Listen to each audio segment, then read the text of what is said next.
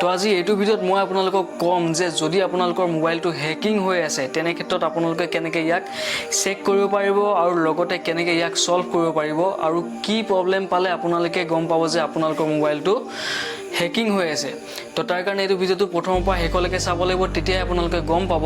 তো মই আপোনালোকক কৈ দিছোঁ, যদি আপোনালোকৰ কেতিয়াবা লাগে যে মোবাইলটো গৰম হৈ গৈছে, অত্যাধিক গৰম হৈ গৈছে বা বেটেৰী সোনকালে খতম হৈ গৈছে বা কেতিয়াবা কি হয় আপোনাৰ কেমেৰাটো মানে অটোমেটিক ওপেন হৈ যায়, তেনে ক্ষেত্ৰত আপোনালোকে বুজিব লাগিব যে আপোনাৰ মোবাইলটো হেকিং হৈ গৈছে। তো ইয়াক কেনেকৈ চেক কৰিব লাগিব মই আপোনালোকক কৈ আছোঁ। তেনে ক্ষেত্ৰত আপোনালোকে ডাইল কৰিব লাগিব *67# ডাইল কৰি দিয়াৰ লগে লগে আপোনালোকৰ এটা মেনু খোল খাব। মই আপোনালোকৰ স্ক্ৰীনশ্বটটো লগাই দিছোঁ।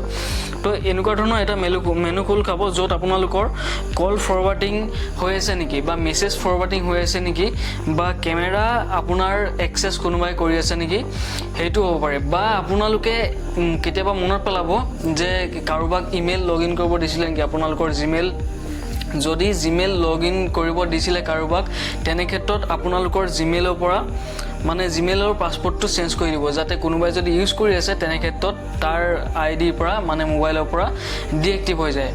তাৰ পিছত আপোনালোকৰ ইমেইলত কোনোবাই যদি OTP পঠিয়াইছিলে আপোনালোকে কেতিয়াও দিব নালাগে, কাৰণ আপোনালোকে OTPটো চাই ল'ব কি কাৰণে পঠিয়াইছিলে।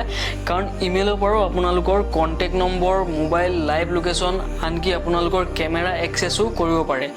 ঠিক আছে। আৰু মই যোনটো এইটো ডাইল কৰিব ক'লোঁ এইটো আপোনালোকৰ এণ্ড্ৰইড আৰু আইফোন দুইটাতে কৰিব পাৰিব। আৰু তাৰপিছত যদি আপোনালোকৰ ইয়াত দেখিছে যে বাই চান্স কল ফৰৱাৰ্ডিং হৈ আছে, তেতিয়াহ'লে ইয়াত কেনেকৈ ডিলিট কৰিব, মানে আপোনালোকৰ কেনেকৈ অফ কৰিব তাৰ কাৰণে আৰু আপোনালোকে চেক কৰিলে, চেক কৰাৰ পিছত যদি আপোনালোকৰ ক'ৰবাত ফৰৱাৰ্ডিং হৈ আছে কল বা মেছেজ বা কেমেৰা এক্সেছ হৈ আছে, তাৰ ক্ষেত্ৰত কেনেকৈ অফ কৰিব আপোনালোকে, তাৰ কাৰণে আপোনালোকে আকৌ ডাইলত যাব। ডাইলত যোৱাৰ পিছত ডাইল পেডত যোৱাৰ পিছত আপোনালোকে টাইপ কৰিব *002#। ডাইল কৰাৰ পিছত আপোনালোকে তাত গৈ অফ কৰিব পাৰিব। আৰু আজিকালি আপোনালোকে মোবাইলত কোনো OTP কাকো শ্বেয়াৰ নকৰিব, ডাইৰেক্ট আপোনালোকে ভেৰিফিকেশ্যন কৰি ল'ব যে কিহৰ কাৰণে OTPটো আহিছে বা আপোনালোকে কি কামৰ কাৰণে OTPটো দিব বিচাৰিছে, এইবিলাক চাইহে আপোনালোকে আজিকালি OTP দিব। তো ঠিক আছে। তো যদি ভিডিঅ' চাই ভাল লাগিলে তেতিয়াহ'লে এটা লাইক কৰিব, চেনেলত নতুন আহিছে যদি তেতিয়াহ'লে কৰিব চেনেলটো ছাবস্ক্ৰাইব। তো লগ পাম আকৌ পুনৰ এটা নতুন ভিডিঅ'তে। আজিলৈ জয় হিন্দ, জয় ভাৰত।